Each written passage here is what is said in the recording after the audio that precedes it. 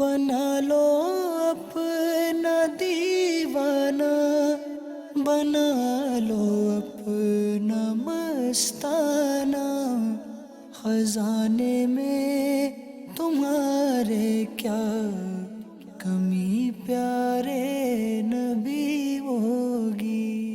الحمدللہ رب العالمین والصلاة والسلام علی خاتم النبیین، اما بعد فاعوذ باللہ من الشیطان الرجیم، بسم اللہ الرحمن الرحیم۔ الصلاة والسلام علیک یا رسول اللہ وعلی آلک واصحابک یا حبیب اللہ۔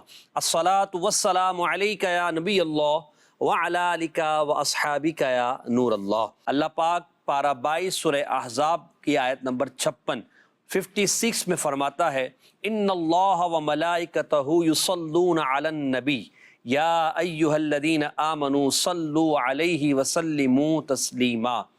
ترجمہ کنز ایمان، بے شک اللہ اور اس کے فرشتے درود بھیجتے ہیں اس غیب بتانے والے نبی پر، اے ایمان والو ان پر درود اور خوب سلام بھیجو۔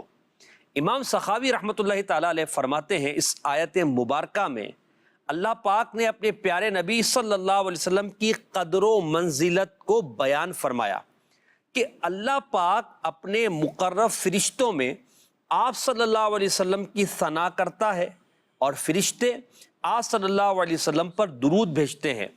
پھر زمین والوں کو حکم دیا کہ وہ بھی پیارے نبی صلی اللہ علیہ وسلم پر درود و سلام بھیجیں تاکہ زمین و آسمان میں ساری مخلوق آپ صلی اللہ علیہ وسلم کی ثنا و توصیف تعریف میں مشغول ہو جائے۔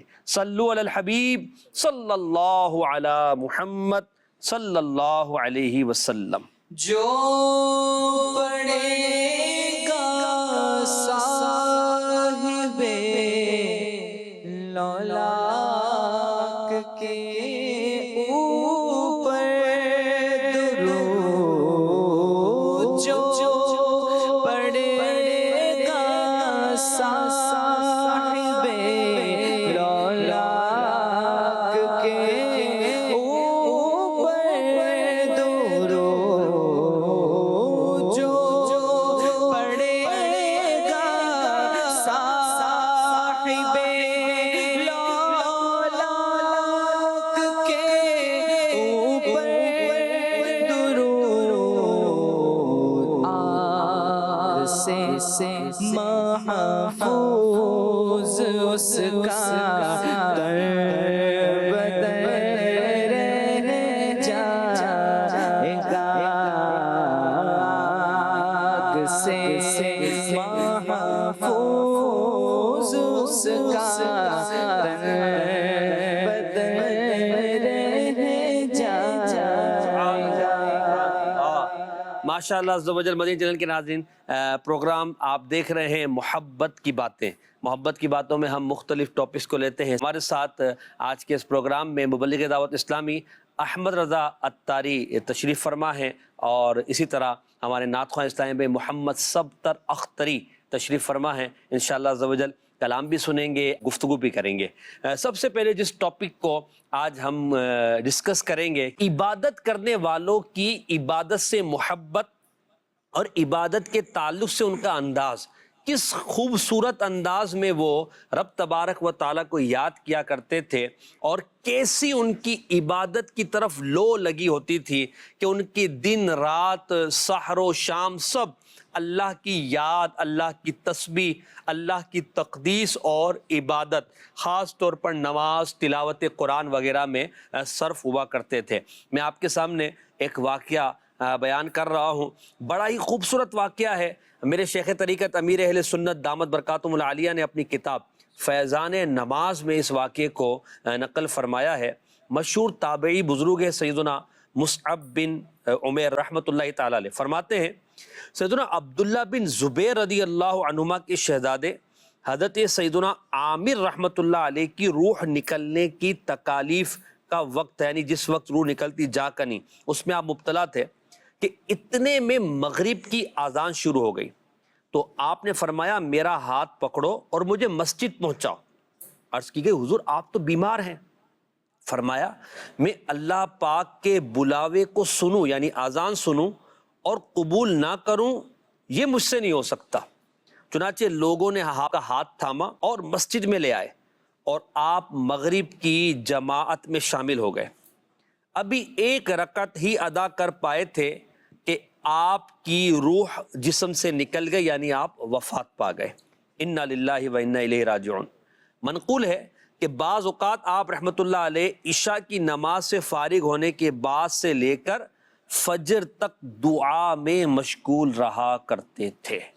اللہ کی ان پر رحمت ہو، کروڑوں رحمتیں ہوں، اور ان کے صدقے ہماری مغفرت ہو۔ اب آپ غور کریں، ایک ہٹا کٹا مسلمان، صحت مند مسلمان، کھاتا پیتا مسلمان، اس کی نماز کی کیفیت پر اگر ہم غور کریں تو ایک اکثریت ہے جو نماز سے غافل ہے، اور ایک ان اللہ والوں کا حال ہے حضرت عامر کا، جو حضرت سیدنا عبداللہ بن زبیر رضی اللہ عنہ کے صاحبزادے ہیں، کہ جہاں کنی کا وقت روح نکلنے کا سلسلہ ہے اور اذان ہوتی ہے، چونکہ وہ نماز کے شائق تھے، نماز کے پابند تھے، عبادت کا ان کا ذوق تھا، انہوں نے اپنے ساتھ والوں سے کہا کہ مجھے مسجد لے چلو، اور پھر انہیں مسجد لے جایا گیا، اور پھر دیکھیں کیسی کیفیت کے نماز کی حالت میں ان کا انتقال ہوتا ہے، روح نکلتی ہے۔ اللہ پاک یہ سعادت ہم سب کو عطا فرمائے۔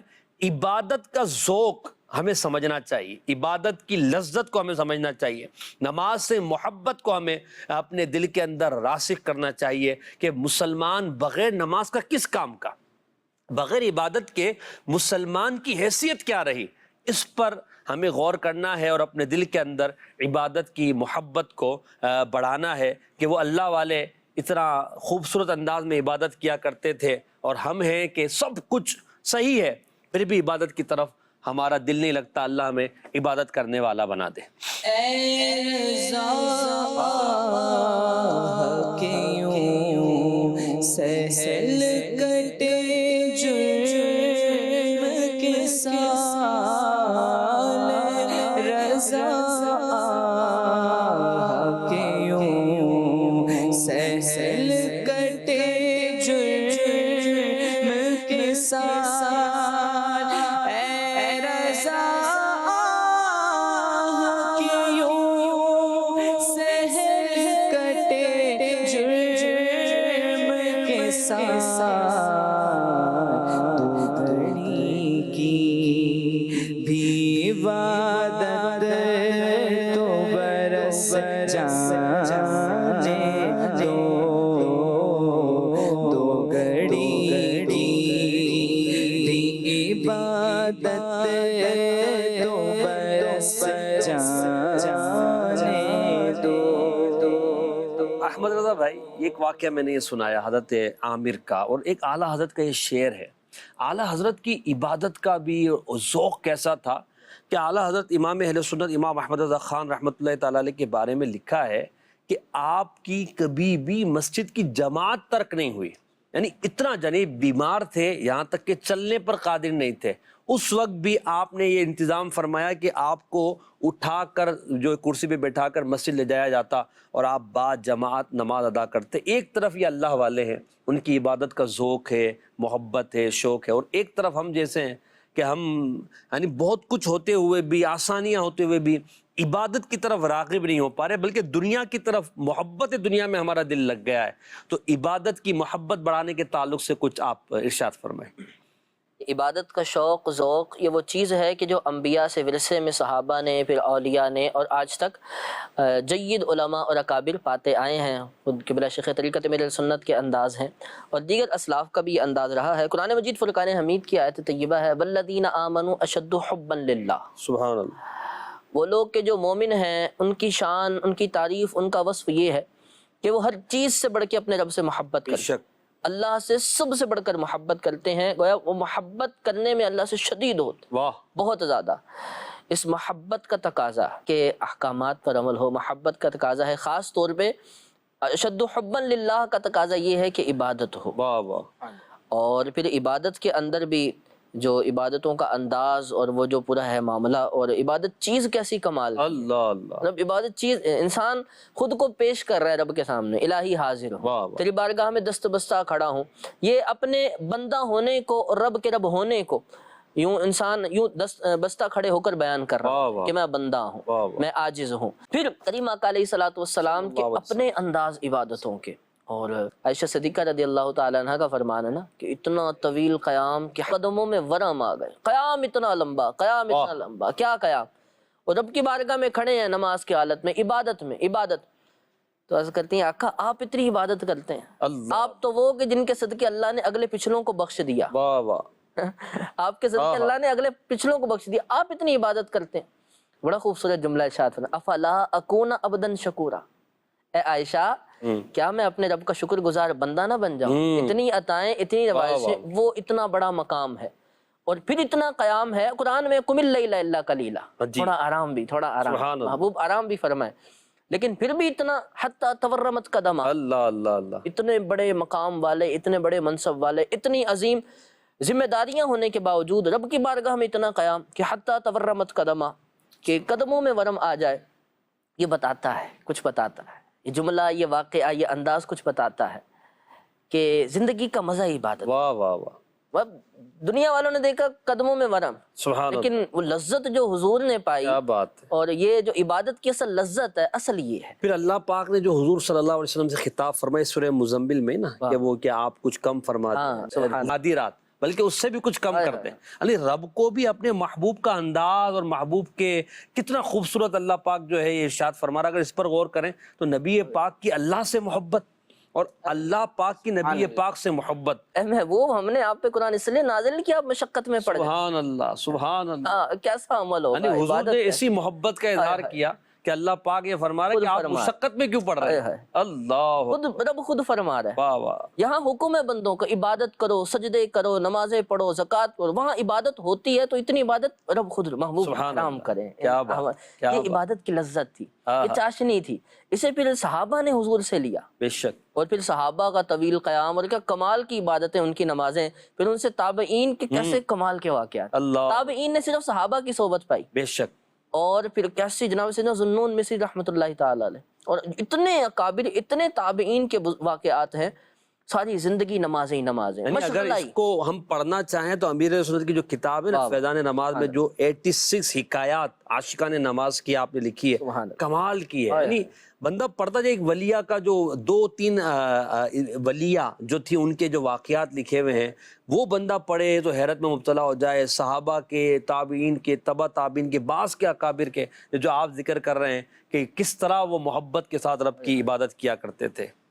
ولیہ جناب سیدنا رابعہ بصریہ کا واقعہ یاد ہے مجھے، رات کو جب عبادت کرتی نا، کیا کرتی، اے اللہ سارے دنیاوی بادشاہوں نے اپنے دروازے بند کر دی، اللہ اللہ، تو ملک الملوک، بادشاہوں کا بادشاہ، تیرا دروازہ کھلا ہے، واہ، اب میں تجھ سے مانگتی ہوں۔ یہ عبادت میں لذت آتی، سبحان اللہ، انہیں مانگنے کا مزہ آتا کیا بات، تھا۔ ویسے ذوالنون مصری ساری زندگی اتنی عبادتیں، اتنی محبت عبادت سے، اتنی نمازیں کہ بوقت وصال تک نمازیں ہی نمازیں، اور پھر وصال کے بعد بھی دیکھا گیا کہ وہ جو قبر میں جب وہ نیچے گر گئی تھی اینٹ اٹھانے کے لیے جب جھکا گیا تو دیکھا گیا نماز ہی پڑھ رہا ہے۔ سبحان اللہ، یہ ایسے نہیں ہوتا، سبحان اللہ، آخری وقت میں کلمہ جاری ہو جانا یا نماز کے بعد اس طرح کے معاملات، پھر جب بھی تہجد کے وقت وہاں سے لوگ گزرے قرآن کی تلاوت سنے، ساری زندگی مشغلہ ہی وہ رہا، کیا بات، ساری زندگی انداز ہی وہ رہا، یعنی وہ ان کی زندگی کا مقصد ہی عبادت تھی نا، کوئی تلاوت کرتے کرتے، تو کوئی روزہ رکھتے ہوئے، تو کوئی نماز پڑھتے یہ ہوئے، مقصد کس نے دیا؟ واہ واہ، وما خلقت الجن والانس الا لیعبدون، اللہ اللہ، یہ اللہ کا دیا، اور انہوں نے سمجھا تھا اس مقصد کو،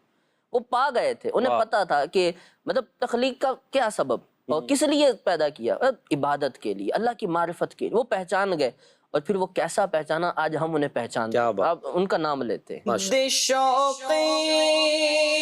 تلاوت،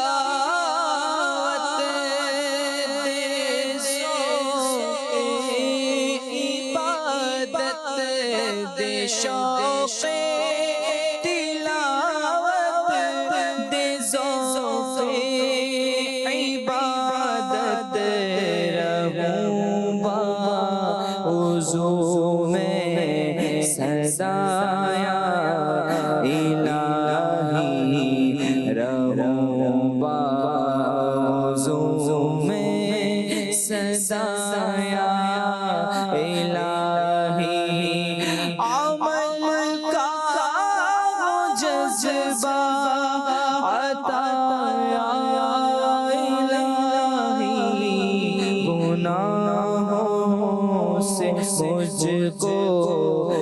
بچایا الہی گناہوں سے مجھ کو بچایا الہی۔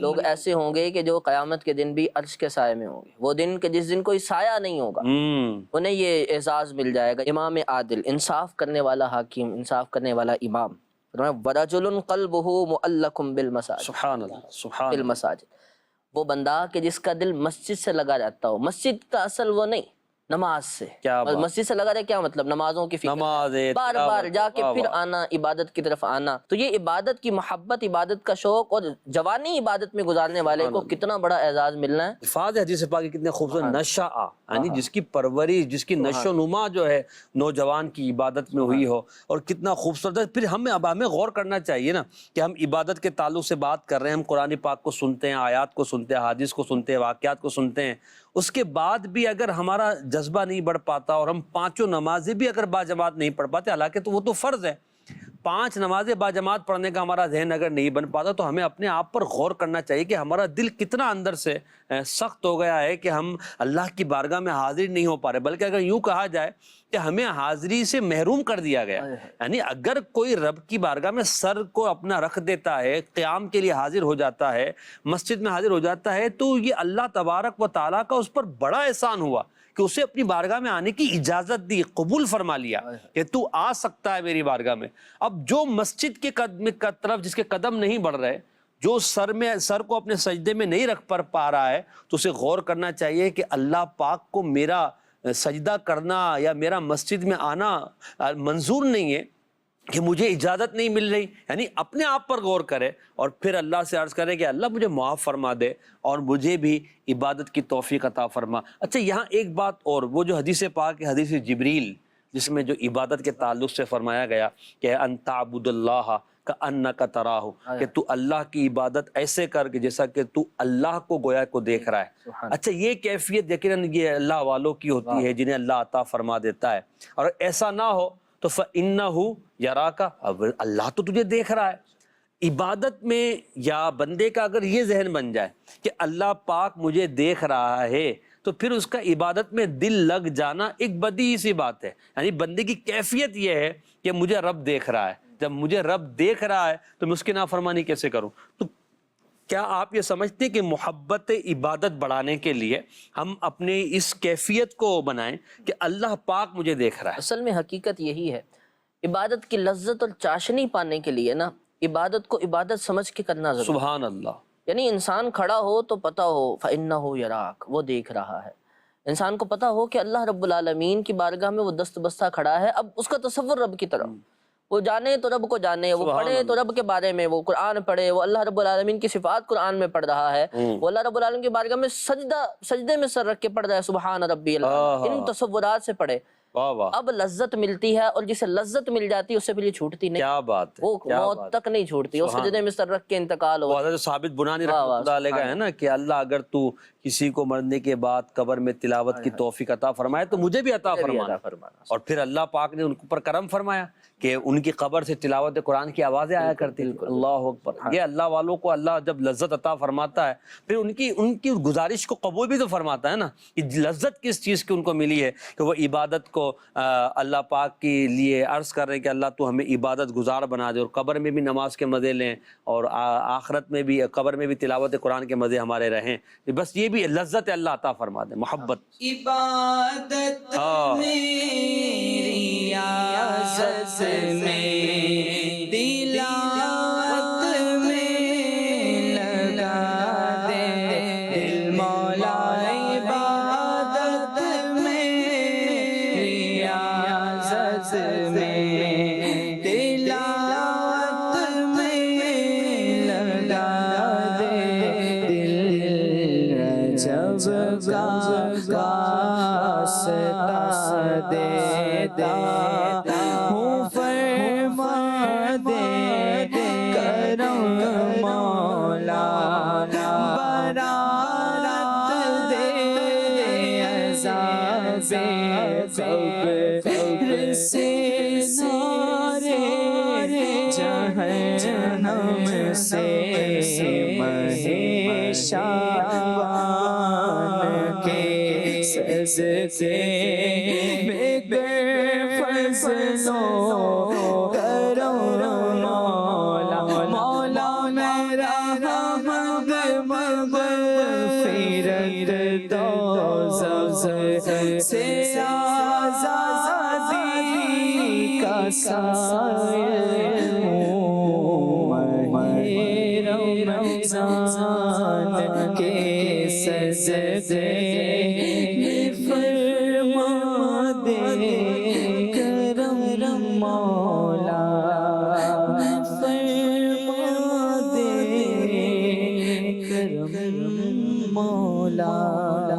آمین آمین. اللہ پاک ہمیں عبادت کی توفیق دے، عبادت کی لذت دے، عبادت کی محبت دے.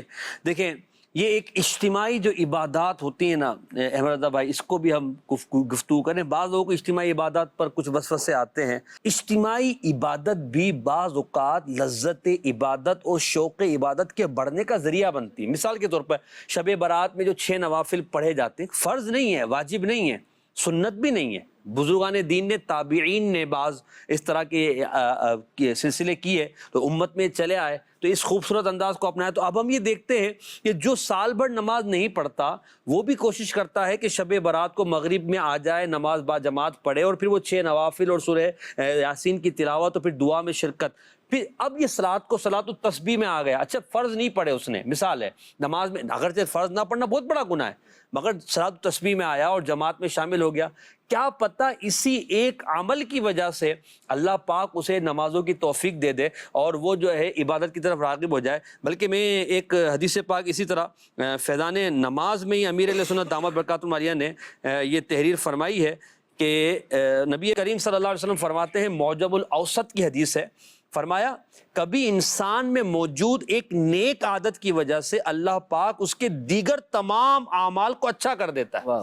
ہمارے ہاں یار دیکھو نماز تو پڑھتا نہیں ہے، یہ 6 نوافل پڑھنے کے لیے چلا گیا، صلاۃ التسبیح میں دیکھو تو بھاگا بھاگا جاتا ہے. تو یوں آر نہیں دلانی چاہیے. اللہ پاک اسی عبادت کی برکت سے اس کو عبادت کی لذت عطا فرما دے. تو اجتماعی عبادت کے کیا فوائد ہو سکتے ہیں، اور اگر قوم اس طرف آتی ہے تو ہمیں اس میں رغبت دلانی چاہیے، نہ کہ ہم تنفیر کا باعث بنے. کیا فرماتے ہیں؟ جی بالکل. ایک شخص ہے تنہا، اسے معلوم ہے نہیں پڑھ سکتا، اور عمومی طور پر دیکھا بھی گیا ہے کہ اگر فردی طور پر پڑھنی ہو تو شاید اتنی تعداد نہ بنتی. جی. لیکن اجتماعی کا فائدہ یہ ہوتا ہے کہ ایک تعداد شریک ہو جاتی ہے. پھر اجتماعی دعاؤں کی اپنی برکتیں ہیں، وہ فضائل اپنے ہیں کہ اتنے مل کے جب دعا کریں تو دعا قبول ہوتی ہے. اتنوں کا اجتماع ہو تو ان میں ایک نیک ہوتا ہے. سبحان. اور پھر اور مسجد میں بیٹھنے اتنے سارے آ گئے، مسجد میں اللہ کا قرآن سننے اتنے سارے آ گئے. اس کے الغرض فائدے ہی فائدے ہیں، نقصان کسی صورت میں کسی جہت سے بھی نہیں بنتا. تو بہر صورت چاہیے یہی کہ منع نہیں کیا جائے بلکہ ترغیب ہی دلائی جائے، اور اس طرف راغب ہونے کے فوائد ہی ہیں. اجتماعی عبادت اگر دیکھیں تو یہ مطلوب ہے شریعت. سبحان اللہ. مسلمانوں کا اجتماع اور اکٹھے ہو کر کام کرنا مطلوب ہے. جماعت کے ساتھ نماز پڑھنا آپ دیکھ لیں، حج کے موقع پر اکٹھے ہونا دیکھ لیں، عمرہ ہو گیا، اور یہ جمعہ ہے، خاص طور پہ اہتمام، عیدین کا خاص اہتمام ہے. تو اب اس طرح کا اہتمام ہے شریعت کی طرف سے جو اجتماعی عبادت کی طرف راغب کرتا ہے. کیا بات ہے. فرض الگ ہے لیکن نوافل میں بھی اگر اجتماعی طور پر لوگ جمع ہوں تو کیا ہی خوب چیز ہے. کیا بات کہ فرض میں جمع ہونا نفل میں بھی جمع ہونا ہے. یہ تو ایسا ہو گیا نا کہ ایک شخص ہے اپنے باپ کا نام فرمانے، اس باپ کی نہیں مانتا، اور کبھی اس نے باپ کا ایک چھوٹا سا فرمان مان لیا تو پیچھے سے بولے لو اتنی باتیں ابا کہتا ہوں مانتا نہیں ہے، ایک بات باپ کی مان رہا ہے، یہ کوئی بات تھی؟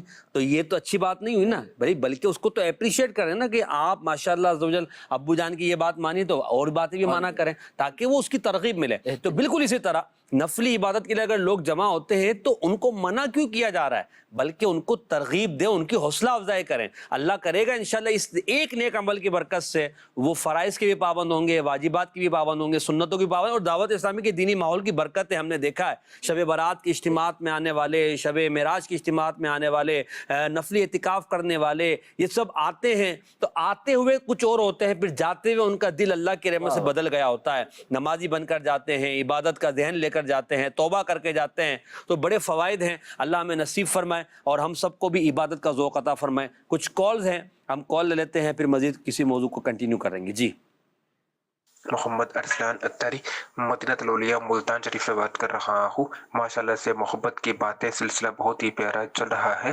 محسن بھائی، آپ سے میرا یہ سوال ہے کہ شب برات بھی آنے والی ہے، ہمارے پیارے آقا صلی اللہ تعالیٰ علیہ وآلہ وسلم اس رات کون کون سے نیک اعمال کیا کرتے تھے؟ اس بارے میں کچھ مدنی پھول ارشاد فرما دیں۔ کیا وہ بھی قبرستان جایا کرتے تھے آپ سرکار صلی اللہ تعالیٰ علیہ وآلہ وسلم؟ اس بارے میں کچھ مدنی پھول ارشاد فرمائیں۔ شب برات کے تعلق سے امیر علیہ سنت دامت برکاتہ علیہ کا پورا ایک رسالہ ہے۔ یہاں پر میں ایک حدیث پاک آپ کو سنانا چاہوں گا کہ شب برات میں نبی کریم علیہ السلام نے نوافل کے حوالے سے فرمایا کہ نوافل جو اس طرح پڑھے گا تو اس کو یہ برکت ملے گی۔ چنانچہ سیدنا امام فخر الدین رازی رحمۃ اللہ تعالیٰ علیہ اپنی تفسیر میں آیت مبارکہ جو قرآن پاک کی ہے، جس میں فرمایا گیا یہ رات بڑی برکت والی ہے، پارہ 25 سورہ دخان کے آیت نمبر 3 اور 4، اس کے تحت تفسیر میں آپ لکھتے ہیں کہ نبی کریم علیہ السلام کا فرمان عالی شان ہے کہ جو اس رات یعنی شب براءت میں 100 رکعت نوافل ادا کرتا ہے۔ کتنی رکعت؟ 100 رکعت نوافل ادا کرتا ہے تو اللہ پاک 100 فرشتے بھیجتا ہے، ان میں 30 فرشتے اسے جنت کی بشارت دیتے ہیں، 30 فرشتے اسے جہنم سے آزادی کی خوشخبری سناتے ہیں، 30 فرشتے اسے دنیاوی آفات سے بچاتے ہیں، اور 10 فرشتے اس کی شیطان سے حفاظت کرتے ہیں۔ تو بڑی برکت ہے، اور قبرستان جانا یہ نبی پاک علیہ السلام سے ثابت ہے، تو اس رات میں عبادت کرنی چاہیے۔ ایک اور کال دیجیے گا۔ محمد شہاب مزاری نام ہے، رجحان سے بات کر رہا ہوں۔ میرا سوال یہ ہے کہ شب برات آ رہا ہے، اس کے لیے کوئی خاص کوئی ایسا عمل جس سے بخشش ہو جائے؟ اللہ اکبر۔ اصل دیکھیں، بخشش کا تعلق تو رب کی رحمت پر ہے، اور بندے کی دل سے الہا کرنے، التجا کرنے سے ہے۔ بندہ سچے دل سے توبہ کرے۔ قرآن پاک میں اللہ پاک نے فرمایا قل یا عبادی الذین اسرفوا علی انفسہم لا تقنطوا من رحمت اللہ، اے محبوب میرے ان بندوں سے فرما دو جنہوں نے اپنی جانوں پر ظلم کیا ہے کہ اللہ کی رحمت سے مایوس نہ ہو۔ ان اللہ یغفر الذنوب جميعا، اللہ سارے گناہ بخش دیتا ہے۔ انہ هو الغفور الرحیم، بے شک وہ بخشنے والا مہربان ہے۔ سچے دل سے اللہ کی بارگاہ میں توبہ کریں، اللہ پاک بخشش فرمائے گا، اور پھر اللہ پاک کے نیک بندوں کے ساتھ بیٹھے دعا میں شامل ہو جائے، اللہ کرم فرمائے گا۔ ایک اور کال دیجیے گا۔ مرکز الاولیاء سے مظہر اقبال اتاری، سلسلہ محبت کی باتیں ماشاءاللہ عز و جل۔ محسن بھائی ماشاءاللہ زبردست، اور سبتر بھائی کی بھی اس سلسلے میں حاضری ہے۔ میں عرض کروں گا کہ سبتر بھائی، آپ کا جو پسندیدہ کلام ہے آج اس سلسلے میں مجھے سنا دیجئے۔ جزاک اللہ خیر۔ آمین، جزاک اللہ وإیاکم، اللہ پاک آپ کو بھی برکت عطا فرمائے۔ عبادت اور اس کے حوالے سے ہمارے گفتگو چل رہی ہے، اور نبی کریم علیہ السلام کے فرامین اور شب برات کے تعلق سے، تو اللہ ہمیں توفیق دے کہ ہم عبادت کرنے میں مصروف ہو جائیں اور عبادت کا ہمارا ذہن بن جائے۔ سبتر بھائی کچھ مزید ایک آدھ مناجات کے شعر کو شامل کر لیں، پھر انشاءاللہ ہم دوسرے موضوع کی طرف انشاءاللہ بڑھتے ہیں۔ صلو علی الحبیب صلی اللہ تعالی علی محمد صلی اللہ تعالی علیہ وآلہ وسلم۔ مجھ کو توفیق عبادت ہو عطا، مجھ کو توفیق عبادت ہو عطا، مجھ کو توفیق عبادت ہو عطا، مجھ کو پابند شریعت کیجئے، مجھ کو پابند شریعت کیجئے، عادت عصیان نہیں جاتی حضور، عادت عصیان نہیں جاتی حضور، آپ ہی کچھ جان رحمت کیجئے، آپ ہی کچھ جان رحمت کیجئے، بڑھتے جاتے ہیں گناہ تار، بڑھتے جاتے ہیں گناہ تار، کچھ تو اظہار ندامت کیجئے، کچھ تو اظہار ندامت کیجئے، کچھ تو اظہار ندامت کیجئے۔ صلو علی الحبیب صلی اللہ تعالی علی محمد صلی اللہ علیہ وسلم۔ اللہ کے ایک بہت ہی برگزیدہ بندے گزرے ہیں، اور خاص طور پہ پاکستان والوں کے اوپر اللہ کی بڑی نعمت ہے، اور شعبان میں ان کا عرس ہوتا ہے، حضرت سیدنا لال شہباز قلندر رحمۃ اللہ تعالی علیہ۔ تو یہ بھی اللہ کے بڑے عبادت گزار تھے، علم سے ان کی محبت، عمل سے ان کی محبت، عبادت کا ان کا تعلق، پھر بچپن سے ان کا جو انداز دیکھا گیا، پھر کرامات، بڑا ہی آپ کا جو ہے یعنی آپ کی زندگی، آپ کی حیات خوبصورت ہے، محبت الہی، محبت رسول، محبت علم سے تعبیر ہے۔ حضرت سیدنا لال شہباز قلندر رحمۃ اللہ تعالیٰ علیہ، ان کے تعلق سے بھی ہم کچھ بات کرتے ہیں۔ حضرت لال شہباز قلندر رحمۃ اللہ تعالیٰ علیہ، جب ہم ان کا ذکر کرتے ہیں تو بعض اوقات کچھ لوگوں کے ذہنوں میں کچھ اور طرح کا مائنڈ کچھ چلے جاتے کسی اور طرف، حالانکہ حضرت لال شہباز قلندر عبادت گزار تھے، علم والے تھے، عمل والے تھے، تقوی والے تھے، پرہیزگاری والے تھے، اور یقیناً اللہ کا ولی علم والا ہی ہوتا ہے، عمل والا ہی ہوتا ہے۔ کیا کہتے ہیں حضرت لال شہباز قلندر رحمۃ اللہ تعالی کے تعلق سے؟ جی بالکل، 7ویں صدی ہجری کے جلیل القدر اور عظیم بزرگ جناب سیدنا لال شہباز قلندر رحمۃ اللہ تعالی علیہ کا انہی میں شمار ہوتا ہے۔ آپ کے یوں کہہ لیں کہ علمی جلالت ایک طرف ہے، اور ایک عظیم علمی جلالت کے ساتھ ساتھ آپ پر جو خاص انعامات تھے اور خاص عطائیں، اس میں اہل تصوف میں آپ کا بڑا نام آتا ہے۔ سبحان اللہ۔ اور آپ اللہ رب العالمین کی معرفت کے اور اللہ رب العالمین کی راہ میں ان اصفیاء میں سے شمار ہوتے تھے کہ جو اپنے دور کے اکابر شمار ہوتے واہ واہ جناب سیدنا شہباز قلندر رحمۃ اللہ تعالی علیہ۔ سبحان اللہ۔ اور ساری حقیقی معرفت الہی انہیں حاصل تھی۔ سبحان اللہ۔ ایسا نہیں ہے کہ معرفت کے نام پر کہیں اور چلے گئے ہوں، جو آج کل کے بعض حضرات نے ان کے نام پر دھندے شروع کیے ہوئے ہیں۔ حالانکہ حضرت لال شہباز قلندر رحمۃ اللہ علیہ کی معرفت الہی کے تو ایسے واقعات ہیں، بندہ پڑھے تو اس کا دل جو ہے اندر سے جگمگا جائے۔ علم، عمل، تقوی، پرہیزگاری، اللہ ہمیں نصیب فرمائے۔ سبحان اللہ، بالکل۔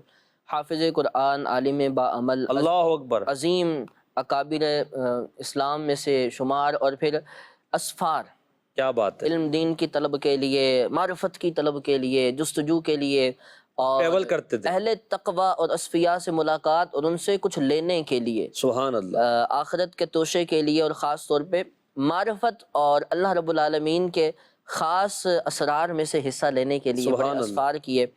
بالآخر آپ نے اس باب الاسلام کو، سندھ کو یہ شرف بخشا، سبحان اللہ۔ یہاں تشریف لائے اور پھر آخری عمر تک یہیں رہے۔ ان کے بارے میں آتا ہے کہ 7ویں صدی ہجری میں یہ اپنے بعض قافلے والے رفقا درویشوں کے ہمراہ یہ مختلف علاقوں سے سفر کرتے ہوئے، یہ ان کا وتیرہ رہا ہے اللہ والوں کا۔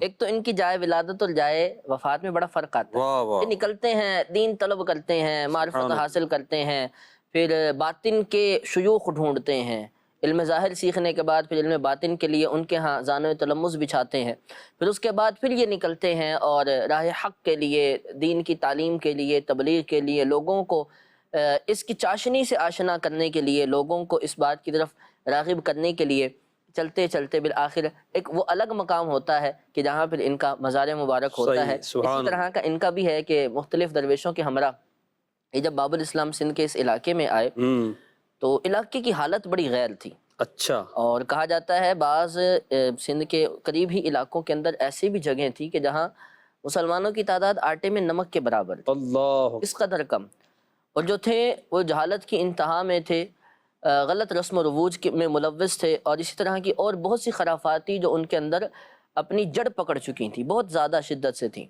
یہ انہی کا صدقہ تھا کہ ایسا پھر دوبارہ اسلام پھولا اور وہاں سے پھوٹا کہ آج وہ تناور درخت اور کتنی بڑی تعداد میں آج باب الاسلام سندھ میں مسلمان ہیں، اور پھر یہ فیض چلتا گیا کہاں سے کہاں تک گیا۔ یہ انہی کا صدقہ تھا اور انہی کی شان تھی۔ معرفت الہی میں وہ اللہ کی رحمت سے چلنے والے تھے، اور لوگوں کو بھی اللہ کی معرفت کی طرف لے کے چلتی۔ ماشاءاللہ۔ کالز دیجیے گا۔ سیدنا لال شہباز قلندر کا سلسلہ نفس کیا تھا، اس کے بارے میں کچھ بتائیے۔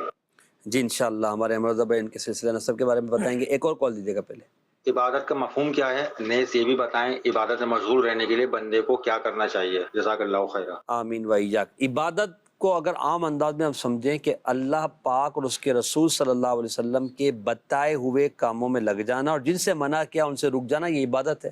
نماز بھی عبادت ہے، روزہ بھی عبادت ہے، سچ بولنا بھی عبادت ہے، جھوٹ سے بچنا بھی عبادت ہے، حلال کمانا بھی عبادت ہے، حرام سے بچنا بھی عبادت ہے، تو تلاوت کرنا بھی عبادت ہے، رزق کمانا حلال ذریعے سے یہ بھی عبادت ہے۔ تو بڑے آسان انداز میں اللہ و رسول عز و جل و صلی اللہ علیہ وسلم نے جن چیزوں سے منع کیا ان سے رک جانا، اور جن کا حکم دیا ہے ان پر عمل پیرا ہو جانا، یہ عبادت ہے۔ ساری زندگی عبادت کی لذت ہم لے سکتے ہیں اگر اس تعریف کے مطابق اپنے آپ کو کرنے میں ہم کامیاب ہو جائیں۔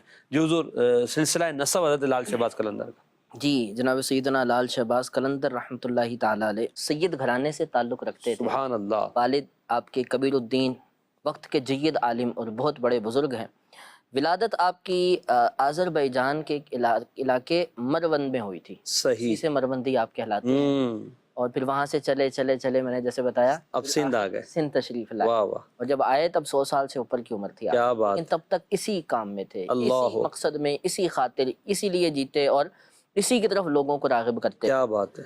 کہا جاتا ہے آپ ایسے عظیم سید تھے کہ آپ کا 13 واسطوں سے سلسلہ نسب سیدنا امام جعفر صادق رضی اللہ تعالیٰ عنہ سے ملتا۔ اللہ اللہ، تو یوں یہ عظیم جید میں اکابر میں سے تھے، اور کمال یہ کہ ایک علمی گھرانے اور ایک عالم کے ہاں ولادت ہوئی۔ اللہ اکبر۔ والد کمال کے عالم اور کمال کے علماء میں شمار ہوتے۔ اور پھر لال شہباز قلندر رحمۃ اللہ تعالی علیہ کی محبت اور آپ سے ہمارا جو تعلق اور لگاؤ ہے، یہ اس بات کا تقاضا کرتا ہے کہ ہم بھی دین کی خدمت کریں، ہم بھی لوگوں کو، اللہ کے بندوں کو اللہ کے دین کی طرف لے کر آئیں، نہ یہ کہ ہم معاذ اللہ عز و جل ایسے کاموں میں لگ جائیں کہ جو دین سے دور کرنے والے، ایسے لوگوں سے بھی بچیں کہ جو اولیاء کا نام لے کر اولیاء کی تعلیمات سے دور کر دیتے ہیں۔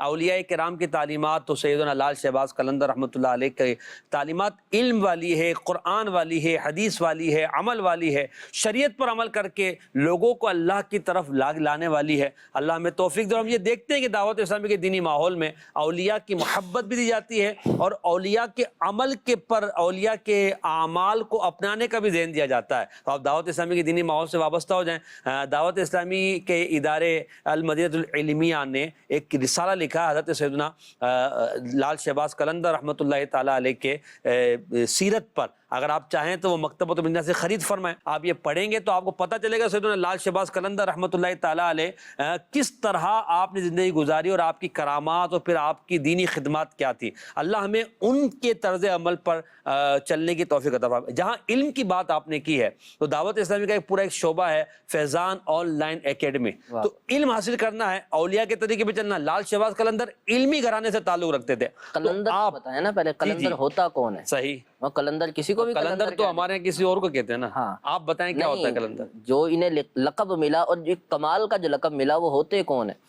حضور مولانا مفتی فیض احمد اویسی صاحب رحمۃ اللہ تعالی علیہ نے بڑا خوبصورت لکھا کہ قلندر وہ ہوتا ہے جو خلائی کے زمانہ سے ظاہری اور باطنی تجربے حاصل کر چکا ہو، شریعت طریقت کا پابند ہو، اور فرماتے ہیں کہ دراصل صوفی اور قلندر ایک ہی ذات کے دو نام ہیں۔ واہ واہ، یعنی صوفی یہ صفا بہت بڑا مقام ہوتا ہے، وہ جو پا لیتا ہے شریعت پر عمل کر کے، طریقت پر عمل کر کے، اور جد و جہد کر کے رب کی بارگاہ میں جھک کے، کیا بات، اور کہتے ہیں نا زندگی اس خاطر گزار کے، پھر یہ ایک مقام ہوتا ہے قلندر۔ اور اسے پانے کا طریقہ عبادتوں کا، ماشاءاللہ، اسے پانے کا طریقہ اللہ کو راضی کرنے کا۔ وہ علم کے ذریعے بندہ عبادت کی طرف بڑھتا ہے۔ اور دعوت اسلامی کا شعبہ ہے فیضان آن لائن اکیڈمی، آپ اس کو وزٹ کریں۔ 32 سے زائد کورسز کروائے جا رہے ہیں، جس میں تصوف کورس بھی ہے، قرآن فیضان قرآن کورس ہے، اسی طرح تفسیر کورس ہے، مختلف کورسز ہیں۔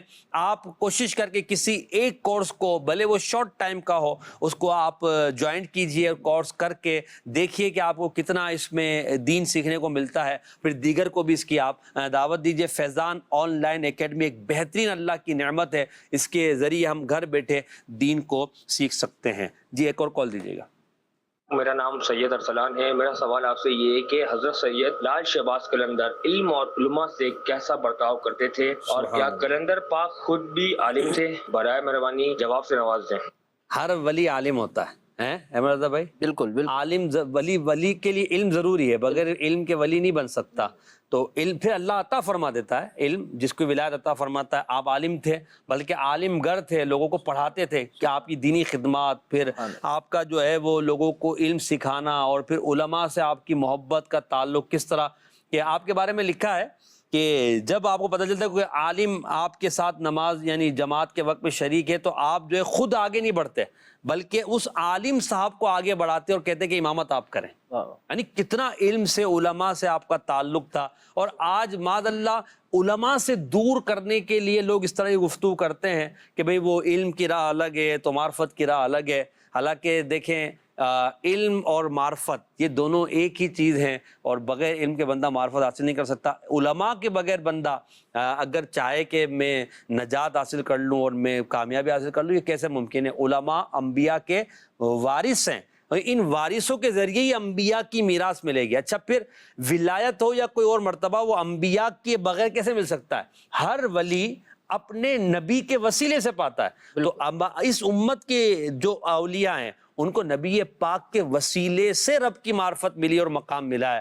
تو اگر انبیاء کی وراثت چاہیے تو وہ علماء سے ملے گی، علماء کے بغیر نہیں مل سکتی. اللہ ہمیں توفیق دے کہ ہم علماء سے سچی محبت کریں. کچھ فرمائیں گے آپ؟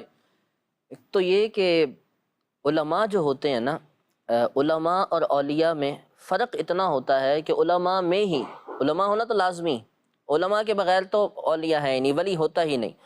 لیکن علم میں بھی کمال جب مل جاتا ہے اور جب اسرار باطنی ظاہر ہونے لگ جاتے ہیں تو یہ پھر ولایت کی سیڑھیاں انسان چڑھتا ہے. آپ اگر پڑھیں تو نبی پاک علیہ الصلوۃ والسلام نے جو قرب قیامت کی نشانیاں بیان فرمائی ہیں ان میں کیا بتایا کہ علم اٹھ جائے گا. جی علماء اٹھا لیے جائیں. اللہ علماء کے ذریعے مطلب علماء یہ بہت بڑی حیثیت رکھتے ہیں. صحیح. علماء نہ ہونے سے علم ہی اٹھ جانا، گویا کہ دین کی اصل علم قرآن حدیث اور انہیں پہنچانے والے علماء. تو قرب قیامت بھی جو کہا نا کہ یہ علم اٹھا لیا جائے گا، علماء اٹھا لیے جائیں گے. پتہ چلا ہر ولی بغیر عالم بنے ولی نہیں ہو سکتا، اور عالم وہ ہے کہ جو جس کے اٹھنے سے علم اٹھ جائے گا. قرب قیامت کی نشانی میں یہ بیان کیا. اللہ اللہ ہمیں نصیب فرمائے کہ اب علم بھی حاصل کریں اور علماء سے محبت کریں، اولیاء سے محبت کریں. اللہ ہمیں لال شہباز قلندر رحمۃ اللہ تعالی علیہ کا صدقہ عطا فرمائے، اپنی معرفت ہم سب کو عطا فرما دے اور اپنی محبت عطا فرما دے، کیونکہ وہ محبت الہی میں گم تھے. اللہ ہمیں اپنی محبت ایسی عطا فرمائے کہ ہمیں دنیا کا پتہ نہ ہو اور ہم بس اللہ کے لیے سب کچھ کرنے والے بن جائیں. محبت میں اپنی گمایا الہی، محبت میں اپنی گمایا الہی، نہ پاؤں میں اپنا بتایا پاؤں میں اپنا بتایا الہی. رہوں مست و بے خود میں تیری ولا میں، رہوں مست و بے خود میں تیری ولا میں، رہوں مست و بے خود میں تیری ولا میں، پلا جام ایسا پلایا الہی، پلا جام ایسا پلایا الہی. سبحان اللہ. میں چلے کہ ناظرین حضرت لال شہباز قلندر پر ہم نے گفتگو کی. اب تیسری ہم ٹاپک کی طرف بڑھتے ہیں. مکہ مکرمہ بڑا برکت والا شہر ہے، وہاں بڑی نشانیاں اللہ پاک کی. حضرت سیدنا ابراہیم خلیل اللہ علیہ السلام کے صاحبزادے حضرت سیدنا اسماعیل ذبیح اللہ علیہ الصلاۃ والسلام کو اللہ پاک نے برکت دی اور آپ کے ذریعے ہمیں ایک تحفہ ملا جسے ہم بئر زمزم یعنی زمزم کا پانی، زمزم کا کنواں. زمزم کے تعلق سے کیونکہ امت زمزم سے محبت کرتی ہے، یعنی اگر محبت کا تعلق ہم دیکھیں، انداز دیکھیں تو کیسا ہے کہ جو عمرے پہ جاتا ہے، جو حج پر جاتا ہے تو وہاں سے زمزم کو بطور تبرک لے کر آتا ہے. لوگ سنبھال کر رکھتے ہیں، چھوٹی چھوٹی خوبصورت پیالیوں میں پلاتے ہیں، اہتمام کرتے ہیں. یہ محبت امت کے دلوں میں زمزم کی، کیونکہ اللہ کے نبی سے ان کو نسبت، پھر نبی پاک علیہ الصلوۃ والسلام کے اس کے فرمان. تو زمزم شریف کے تعلق سے کچھ آپ ارشاد فرمائیں. بالکل یہ مبارک پانی ہے اور اسے خاص یہ شرف حاصل ہے کہ یہ اللہ کے پیارے نبی جناب سیدنا اسماعیل اور حضور علیہ الصلوۃ والسلام کے دادا جان ان کی نسل سے آپ ہیں جناب سیدنا اسماعیل علی نبینا و علیہ الصلوۃ والسلام کے مبارک قدموں سے جاری ہوا. سبحان اللہ. یہ اس کی شان ہے. کہا جاتا ہے 5000 سال سے بھی قبل سے یہ پانی جاری ہے، اور جس طرح پہلے دن جاری آج بھی اسی حالت میں جاری ہے. سبحان اللہ. اس کے فضائل میں کریم آقا علیہ الصلوۃ والسلام کی متعدد احادیث طیبہ ہیں. پیارے آقا کا فرمان لما شرب لہ، واہ واہ واہ. زمزم اسی کے لیے ہے جس کے لیے اسے پیا جائے. سبحان اللہ. سیر بھوکا پیے تو سیر ہو جاتا ہے، پیاسا پیے تو وہ اسے سیرابی مل جاتی ہے، اسے پھر پیاس نہیں رہتی. کسی اور خواہش سے پیے، اس کو پیتے وقت کوئی حاجت کوئی تمنا رکھتا ہو دل میں اور کوئی دعا کرتا ہو تو لما شرب لہ، جس کے لیے اسے پیا جائے یہ اسی کے لیے ہے. یہ حاجتیں بھی پوری کرتا ہے، غذائیت کا مال رکھتا ہے، اپنے اندر انوکھے وہ چیزیں رکھتا ہے کہ جو دنیا حیران ہے کسی اور پانی میں دنیا کے نہیں ملتی. واہ واہ. یہ زمزم اس جس لیے اس کو پیے کوئی، یہ زمزم اس لیے جس لیے اس کو پیے کوئی، زمزم جنت ہے، اسی زمزم کوثر ہے، اسی زمزم جنت ہے، اسی زمزم کوثر ہے.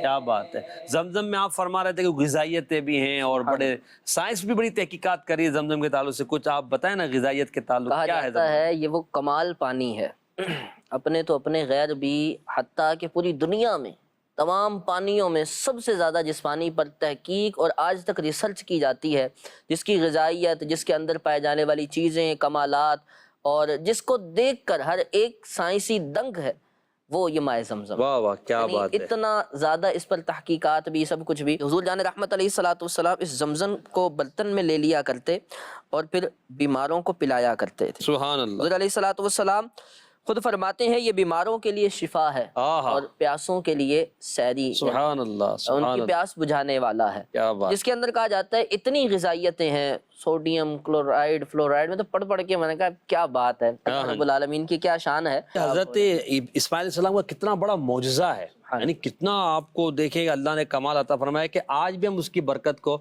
پا رہے ہیں. سید اعلیٰ حضرت رحمۃ اللہ تعالیٰ علیہ زمزم کے ذائقے کے تعلق سے آپ فرماتے زمزم شریف کا ایک معجزہ یہ بھی ہے کہ ہر وقت مزہ بدلتا رہتا ہے. کسی وقت کچھ کھارا پن، کسی وقت کچھ نہایت شیریں، اور رات کے 2 بجے اگر پیا جائے، آپ اپنا تجربہ بیان کر رہے ہیں، تو تازہ دوہا ہوا گائے کا خالص دودھ معلوم ہوتا ہے. یعنی اس میں اتنی غذائیت اللہ پاک نے زمزم کے تعلق سے رکھی ہے. اور زمزم شریف جو یہ ایک پانی کہنے کو تو پانی ہے، مگر زمزم کا کنواں آج تک خشک نہیں ہوا. اس میں نمکیات کی مقدار ہمیشہ یکساں رہتی ہے.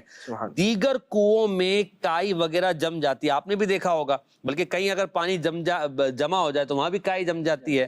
مگر زمزم کے کنویں میں یا زمزم میں اس طرح کی کوئی خرابی پیدا نہیں ہوتی. اور چاہے زمزم یعنی کنواں جو زمزم کا ہے خرابیوں سے پاک رہتا ہے. جس پانی پر سب سے زیادہ تحقیق کی گئی وہ آب زمزم ہے. ایک تحقیق میں اسے زمین پر موجود پانی کا سب سے پرانا چشمہ قرار دیا گیا. زمزم میں شفا ہے، فرمان مصطفیٰ صلی اللہ تعالی علیہ وآلہ وسلم ہے. تاریخ کبیر میں یہ روایت موجود ہے، فرمایا کہ آب زمزم کو برتنوں میں ڈال لیتے نبی کریم علیہ الصلوۃ والسلام اور اسے مریضوں پر چھڑکا کرتے اور انہیں پلایا کرتے. اللہ پاک زمزم کی برکت سے مریضوں کو شفا عطا فرمایا کرتا. تو یہ اللہ پاک کے نبی سے نسبت کا جو ایک تعلق آج تک ہے. یعنی اگر ہم یہ دیکھیں کہ زمزم شریف کی اپنی برکتیں اور ہم نسبت کی طرف جائیں تو اس میں حضرت حاجرہ رضی اللہ تعالیٰ عنہ، حضرت اسماعیل علیہ السلام، حضرت ابراہیم علیہ السلام، پھر خود ہمارے پیارے نبی صلی اللہ علیہ وسلم کے دستے مبارک کا لگنا، پھر حضور کے فرامین کا. اگر زمزم شریف پیتے ہوئے بندہ یہ تصور کرے کہ یار یہ وہ پانی ہے کہ جس کو اللہ کے ان نبیوں سے تعلق ہے، ان کو نسبت ہے، پھر کتنے اولیاء نے اس پانی سے برکت لی ہے، صحابہ کرام علیہم رضوان. تو اگر یہ تصور کرے اور اس تصور کے ساتھ جب زمزم شریف کا پانی کا پیالہ اپنے ہاتھ میں لے کر بندہ جب پی رہا ہوگا کہ یہ وہ پانی ہے جس کو میرے آقا نے بھی اپنے لب چومنے کا شرف عطا فرمایا ہے، اب مجھے بتائیں اس پینے کا مزہ کیا ہوگا، یعنی اس کی کیفیت کیا ہوگا. ہم بات محبت کی کر رہے ہیں نا، تو ہم محبت کے ساتھ ہی گفتگو کریں اور محبت کے ساتھ زمزم شریف کو پئیں، تو پھر زمزم کی برکتیں دیکھیں انشاءاللہ دوبالا ہوں گے. اور برکتوں والا تو ہے ہی زمزم، اللہ نصیب کرے کہ پوری دنیا میں پہنچتا ہے زمزم، پوری دنیا میں آج ہی لے جاتے ہیں دنیا کے مختلف ممالک میں، اور ہم اللہ کے کرم سے زمزم شریف پیتے ہیں. اللہ ہمیں زمزم شریف کی برکتیں دنیا میں بھی عطا فرمائے، آخرت میں بھی عطا فرمائے. خیر سے دن خدا بولائے، دونوں حرم ہمیں دکھائے. خیر سے دن خدا بولائے، دونوں حرم ہمیں دکھائے. زمزم و بیر فاطمہ کے پیئیں گے چل کے جام دو. زمزم و بیر فاطمہ کے پیئیں گے چل کے جام دو.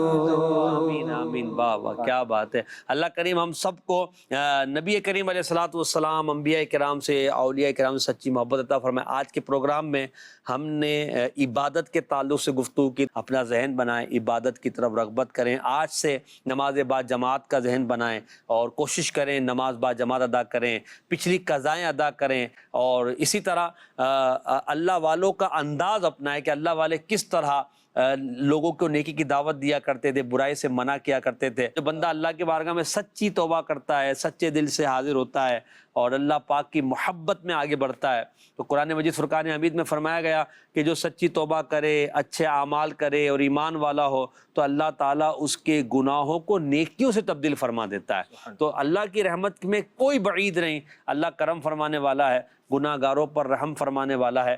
ہم رب کی بارگاہ میں آئیں، عبادت کی لذت پائیں. دیکھیں شروع میں ہو سکتا ہے کچھ پرابلمز ہوں، دل نہ لگے، مگر لگتے لگتے انشاءاللہ عز و جل ہمارا کام بن جائے گا، اور پھر عبادت کے بغیر ایک وقت آئے گا کہ دل ہمارا اچاٹ رہے گا، نماز کے بغیر ہمارا دل نہیں لگے گا.